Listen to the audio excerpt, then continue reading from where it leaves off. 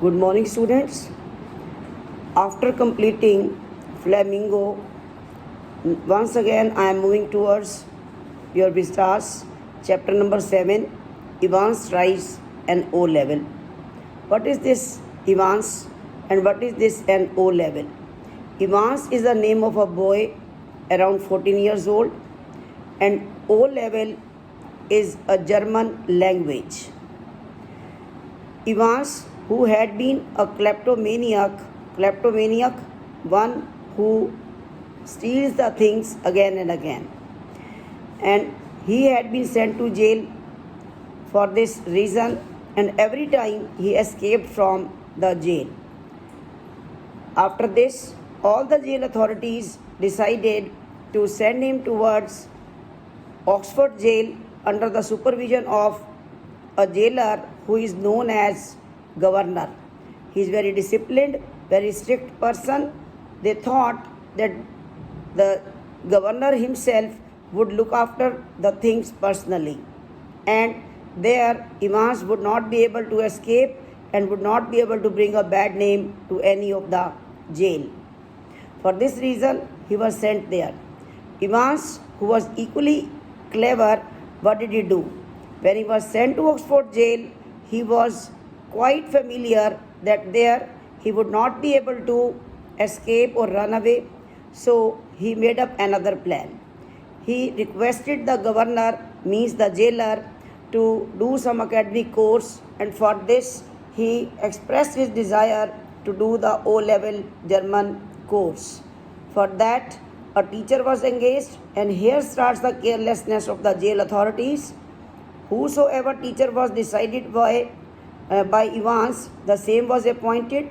Nobody bothered to check or inquire whether he was a teacher or from where he was coming. After the completion of the course, the classes were started in the month of September, and after the completion of this course, it was month of March, the time of examination. Here your story starts, this drama starts, and drama takes place in Oxford jail. At the top of the chapter, you can see one dramatic persona. Persona means characters. How many characters are there? Evans, as I have told you, the main protagonist, and equally protagonist is jailer, who is called governor. Then there are two officers, senior prison officer Mr. Jackson, and junior prison officer Mr. Stephen. Besides these characters, there is one invigilator who will come for the invigilation duty. His name is Mr. McLeary. Very interesting drama. Who outshone whom? Read in this story. And the drama starts when governor called the secretary of examination board and made a request to conduct an exam for Evans in the jail. Yes. In the month of March, the secretary of the examination board received a call from Oxford prison.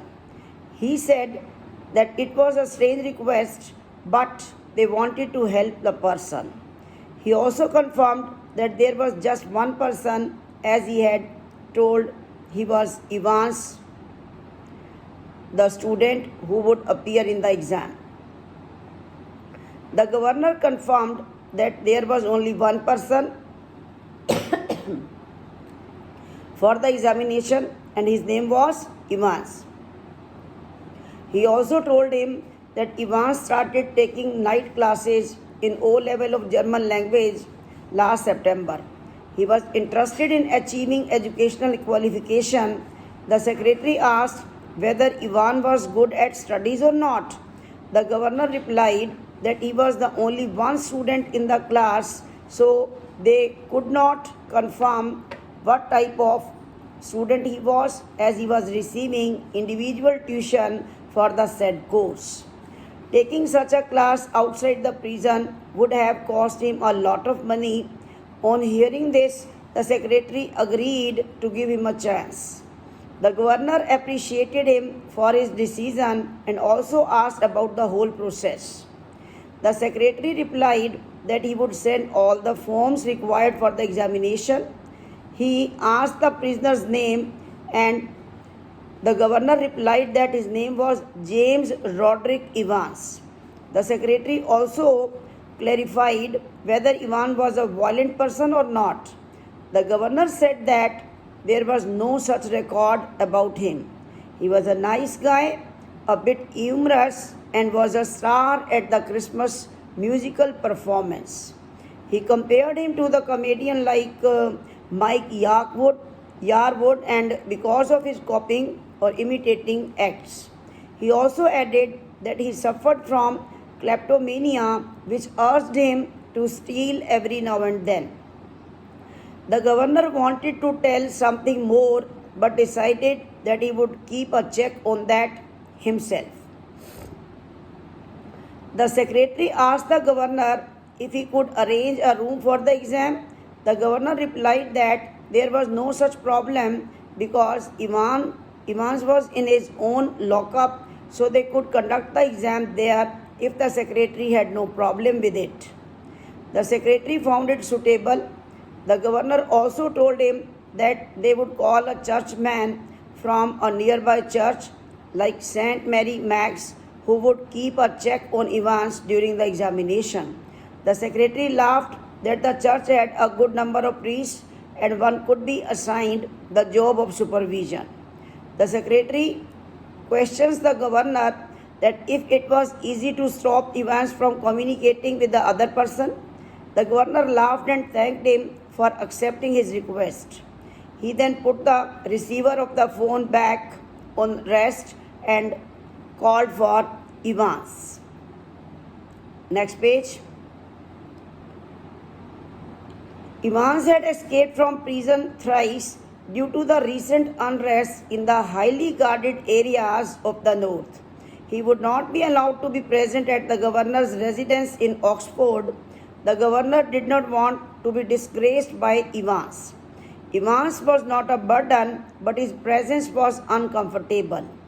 The governor planned to supervise him personally when he visited Oxford.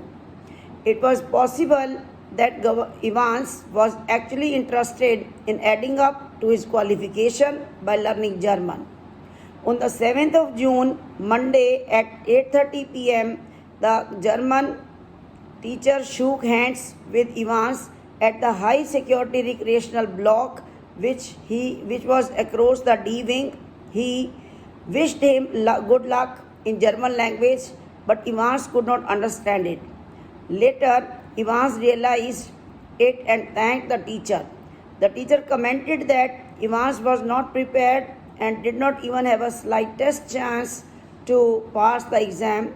Evans said it was possible that he cleared the exam and would surprise everyone.